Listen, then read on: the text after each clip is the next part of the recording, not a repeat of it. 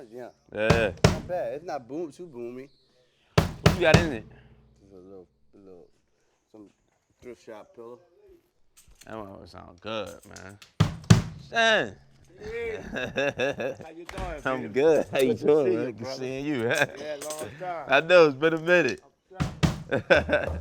Go! Oh, Lord. T. Higgins. The truth has arrived. Coming up as a kid, like I said, I grew up next door to the Sanctified Church. Yeah. And I listened to a lot of that as a kid. And then all of a sudden I had these brass bands passing in front of my door every day with the second line, jazz funerals, you know. So I started hearing some other stuff, you know what I'm saying? Every day of my life growing up in the Sixth Ward was a challenging when it comes down to music, because every day I was learning something new. Yeah. I was exposed to, like when I thought I knew what I was doing, I thought I had it. Yeah, I would walk around the corner to a gentleman's house by the name of James Black. Wow. And he's in there writing some of his biggest hits that he have out here now. And he invited me in, you know, to come. And I told him who I was. I told him I liked drums. And man, he was doing this thing in Five. And at that time, I didn't know nothing about Five. Yeah. You know what I'm saying? And so he just gave me the sticks and he told me, he said, look, man, play. Just like that. And at that time, he was doing that Magnolia thing. So I started playing I started doing some rock. And he looked at me and said, no, man, what are you playing, you know? And I was like, he said, I said in Five. I looked at him, I said, I don't know nothing about Five. What you mean? 1, 2, 3, 4, 5. He said, that's it. He said, that's exactly what I mean. He said, can you do that again? I said, yeah. 1, 2, 3, 4, 5. 1, 2, 3, 4, 5. 1, 2, 3, 4. And he started clapping like that, you know, and I was like, wow. So that day opened me up to a whole other style of playing, because I had grew up playing New Orleans traditional trad music and gospel music. Yeah. I hadn't even really played a rhythm and blues gig before. You know what I'm saying? But that right there just opened me up to let me know that there's more to be played on the instrument. You know what I'm saying?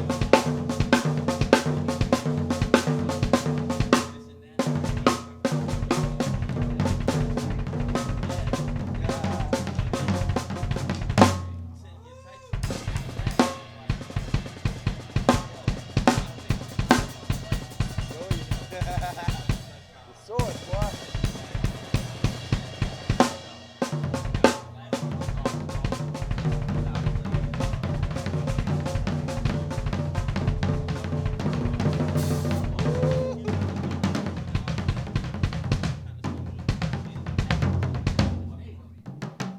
I feel like you and Hurling, for me, make the connection to that older school of music. And I feel like y'all are like the cats that are closer to the source Yeah. of what we're trying to get to. That's exactly You know what I'm true. saying? I feel That's like exactly you two are true. really the two guys that are left that, you know, embodies what it is to be a New Orleans drum. That's wonderful that you recognize that. Oh, I Sam, mean, it's because been- the fact of the matter is, Hurling's grandfather was a preacher Right. that could play great drums. Right, with Papi, huh? No, that was his That's uncle, his uncle, Papi. right. The grandfather was Frank Lashley, Frank. who played drums like Baby Dies. Right. So Hurling was getting it right at home. That Right. style of In the drumming. kitchen. In the kitchen with the forks and the spoons. Gumbo. Well, to show you how funny things work, because the pastor that was at the church next door to me was just like Hurling's grandpa, could play with his fingers. He played the sticks with his fingers, like, you know, he didn't really like hold them. He like that. He just hold it right in here and play that press roll so sweet. You know what I'm saying? Right. Yeah. You know? And so, you know, I'm watching this, and the women playing the tambourine. Right. You know, the women, not men, Oh, yeah. women. I mean, playing that tambourine, unbelievable. Skillful. You know, really skillful. And the tambourines back then, like I was telling my man, they were so heavy back then, I couldn't even hold them, because I was small, see? And, you know, it took me many years to be able to hold those tambourines, man.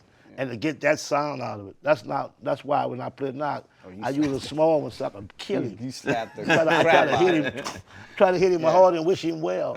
Yeah, but we mentioned the church thing, you know, the church connection to, like, you know, New Orleans music. But I feel like there is no New Orleans music without that spirit.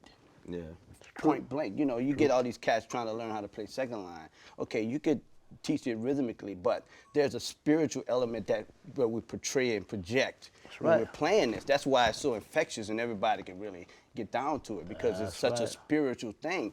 It's not like you know, 16 no dot whatever. It's more of a spiritual thing. When you were playing just now, man, it was so spiritual. I was like, that's that thing. Yeah. And you know what I'm saying? that's You know what it when I you know see how it. to play it. It's intangible. It's like the real deal. You can't camouflage that. That's the real deal. And when you play, you got that thing in you, which we're trying to achieve, which we'll probably never achieve because it's a way of life. You know what they say in the 6 ball, you play like you live. Yeah. You know what I mean? You heard that expression. That's true. And Like you know, you live. came up around a different source of it. You're more connected to it than we could ever be. With that part of it, you know what I'm Right. saying? But, So that's the real deal.